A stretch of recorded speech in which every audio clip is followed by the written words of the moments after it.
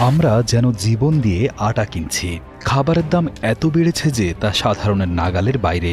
আগে যে বস্তা আটা 25 শেকেল ছিল, এখন সেটাই কিনতে লাগছে 2500 শেকেল, মানে $464 বা প্রায় 89,000 টাকা।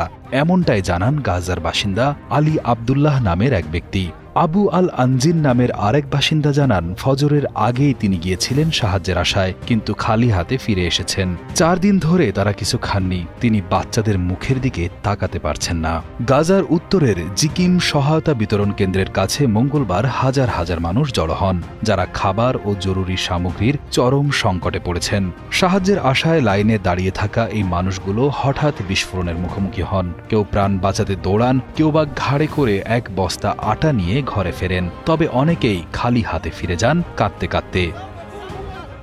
একজন মানুষ গড়ে দৈনিক 225 গ্রাম আটা খেলে 50 কেজির একটা বস্তা 18 জনের পরিবারে মাত্র 4 দিনেই শেষ হয়ে যায়। গাজার স্বাস্থ্য মন্ত্রণালয় জানায়, গত 24 ঘণ্টায় অনাহারে ও অপুষ্টিতে 15 জনের মৃত্যু হয়েছে, যাদের মধ্যে 4 জন শিশু।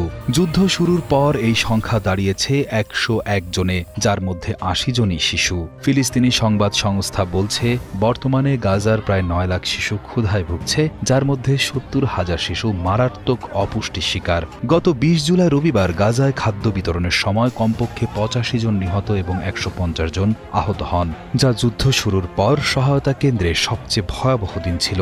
ইসরায়েল বলছে তারা কিছু সতর্কতামূলক গুলি চালিয়েছিল, তবে হতাহতের সংখ্যা নিয়ে মতবিরোধ রয়েছে।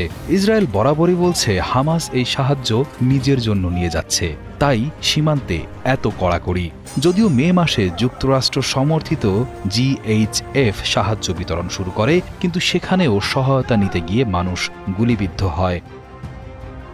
এই ভয়াবহ যুদ্ধটি শুরু হয় 2023 সালের 7 অক্টোবর, যখন হামাসের হামলায় ইসরায়েলে 1139 জন নিহত এবং 200 জনেরও বেশি জিম্মি হন। এরপর ইসরায়েল গাজায় ব্যাপক বিমান হামলা ও স্থল অভিযান শুরু করে।